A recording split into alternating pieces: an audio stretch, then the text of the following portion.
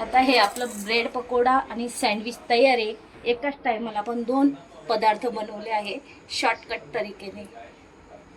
आज आहे ना आपण बटाटा सँडविच करणार आहे, साधं आणि सिंपल। मुलं कधी पण मागे लागतात तर आपण बटाटा सँडविच इझी करू शकतो। घरात बटाटे नेहमीच असतात, त्यामुळं बटाटा सँडविच इझी करू शकतो। आता मी कढई ठेवली आहे, त्यात तेल टाकलं आहे, राई टाकली आहे। राई तडतड केली का मग जिरे टाकणार आहे, थोडंसं हिंग टाकणार आहे, नंतर त्यात कढीपत्ता टाकणार आहे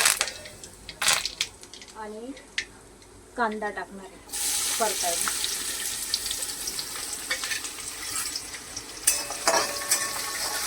कांदा चांगला परतण्यासाठी आहे ना थोडंसं मीठ टाकणार आहे, तर ते सॉफ्ट होण्यासाठी।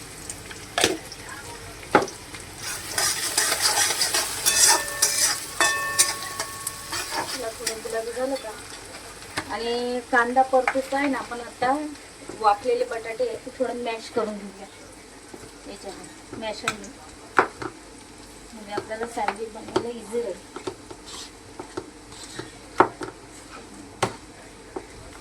हे झाले मॅश। आता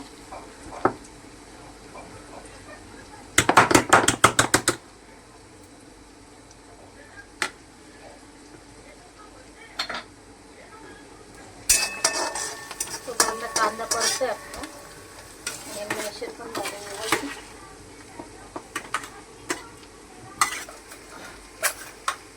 त्याच्यात आता आपण आहे ना 1 चमचा मिरची हिरवी, थोडी लाल झालेली आहे आणि हिरवी वगैरे पण टाकतात।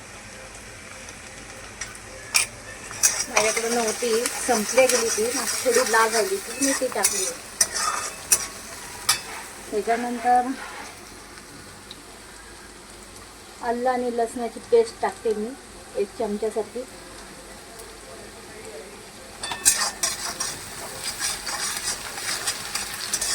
ते एक एक टाकता टाकता आहे ना परततच राहायचं आहे आपल्याला, हलवत राहायचं। म्हणजे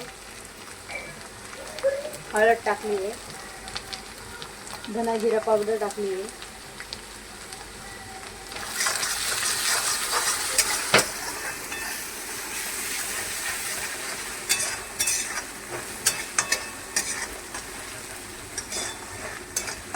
कांदा पण परततोय आणि मिरची वगैरे पण छान परतल्या गेली का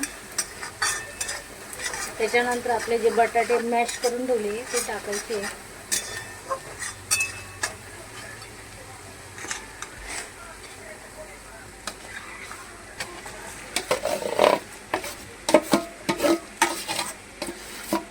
व्यवस्थित टाकून घ्यायचंय।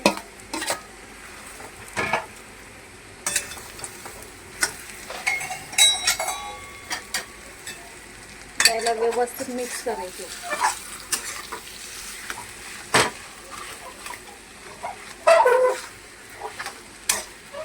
म्हणजे मसाला आणि बटाटा व्यवस्थित एकजीव करून घ्यायचा आहे। याच्यात आता आपल्या चवीनुसार मीठ टाकायचं आहे, जे आपण थोडंसं टाकलं मग आता व्यवस्थित टाकायचं आहे, जेणे आपल्या भाजीला चव येईल अशी। नंतर त्याच्यात आहे धना टाकायचा आहे आणि व्यवस्थित परतायचं।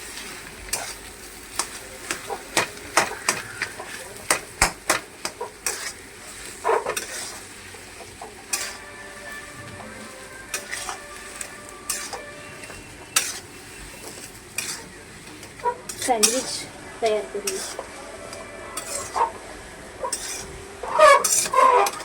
2 मिनिटं वाफ देऊन घेऊ आणि तोपर्यंत आपण काय करू, ब्रेड आहे ना ब्रेडला ओपन करूया। आता आहे ना आपण चटणी हे वाफ द्यायला ठेवली ती थोडीशी, आता ती झाली आहे, ते काढून घेऊया आणि भाजून घेऊ एकदा व्यवस्थित। छान झालंय आणि वास पण छान येते भाजीचा। आता त्याला एक साईडला काढून गॅस बंद करून देऊ, नाही तर ह्या गॅसवर आहे ना आता एक तवा ठेवून देऊ। तवा ठेवलो. जसे म्हणजे ब्रेड तयार होतील ना, ब्रेडला सँडविच म्हणजे भाजी लावून तयार होती ते आपण मग त्याच्यावर ठेवून देतो. असा ब्रेड घ्यायचा आहे आणि त्याच्यावर ना ही भाजी अशी छान चारीकडून चोपडून घ्यायची, व्यवस्थित लावून घ्यायची. असं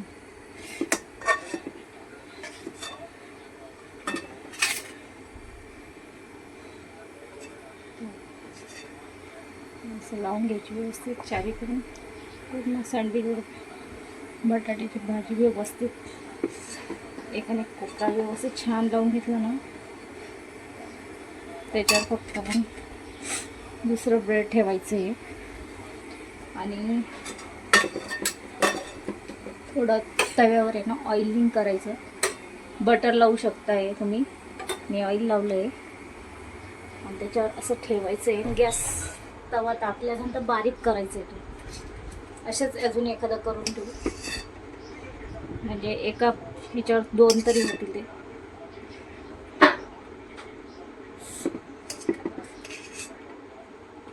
त्यावेळेवर आहे ना पटापट होतात आणि जास्त कडक नाही होत. सँडविच पिझ्यामध्ये ना खूप कडक होतात ना, खायला तरी त्रासदायक वाटतं. त्यामुळे याच्यावर केलं खूप सुंदर आणि जेवढे पाहिजे तेवढेच क्रिस्पी करू शकतो आपण तव्यावर. थोडं दाबून वगैरे छान करता येतं.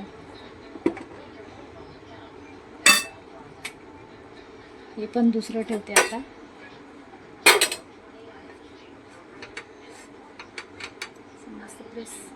थोडा टाइम लागेल पण छान होतं.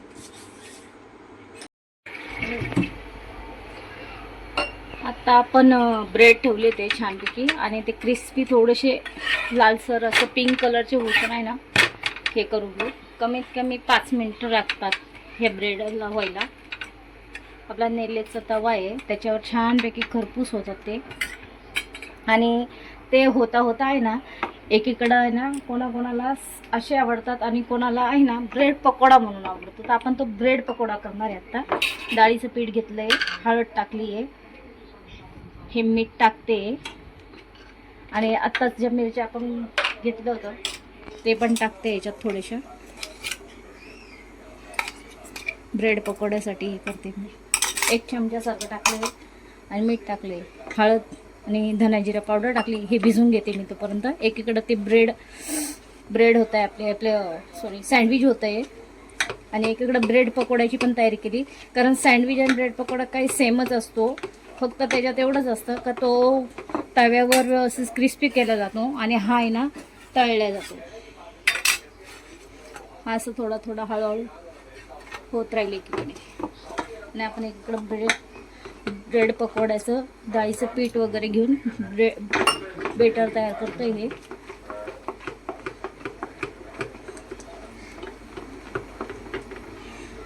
एकीकडं मी कढईत तेल पण ठेवलं आहे तापायला, कारण आपल्या बाहेरनं सवय असते एका टायमाला 2-3 कामं करायची. आणि हे जे आता हे केलंय सँडविचची तयारी केलेली होती आपण, त्याच्यामध्ये फक्त हे जे सेम भरलेलंच आहे बघा, बटाटा लावून व्यवस्थित भरले. फक्त याला आहे ना असं करून ना थोडं क्रॉस कटिंग करून घ्यायचं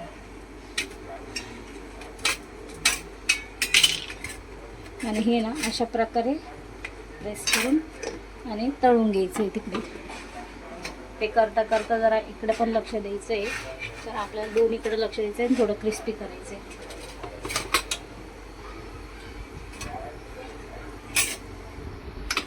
आणि एकीकडे आपण हा ब्रेड पकोड्याची पण तयारी केली आहे. तर आपण हा ब्रेड पकोडा टाकून घेऊ आता. कारण कोणाला जास्त ऑइली आवडत नाही, त्यामुळे ते कोणी ब्रेड पकोडा खात नाही.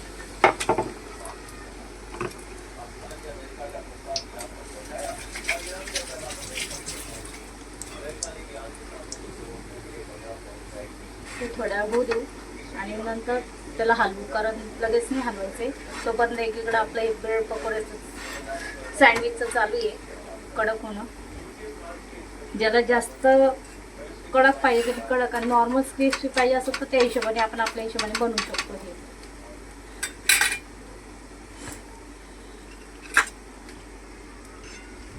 हे पलटी करून घ्यायची.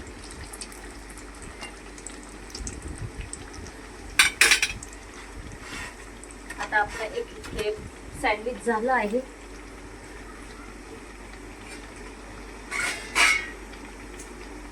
सँडविच झालंय ते आता आपण सर्व करायचं आहे. त्याला पण बघा किती मस्त आवाज येतोय छानपैकी. असं ठेवायचं आहे आणि याच्या बरोबर टमॅटो सॉस बरोबर खायचं, खूप छान लागणार आहे ते.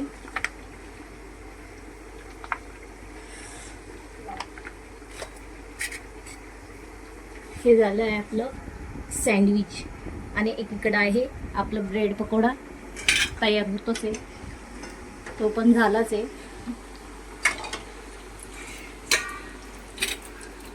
तो पण झाला आता. ब्रेड पकोडा बरोबर तुम्ही असं पण खाऊ शकताय, मिरची सोबत खाऊ शकताय, कांदा पण सर्व करू शकताय.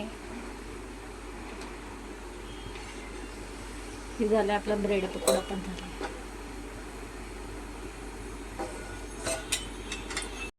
आता हे आपलं ब्रेड पकोडा आणि सँडविच तयार आहे. एकाच टायमाला आपण दोन पदार्थ बनवले आहे शॉर्टकट तरीकेने.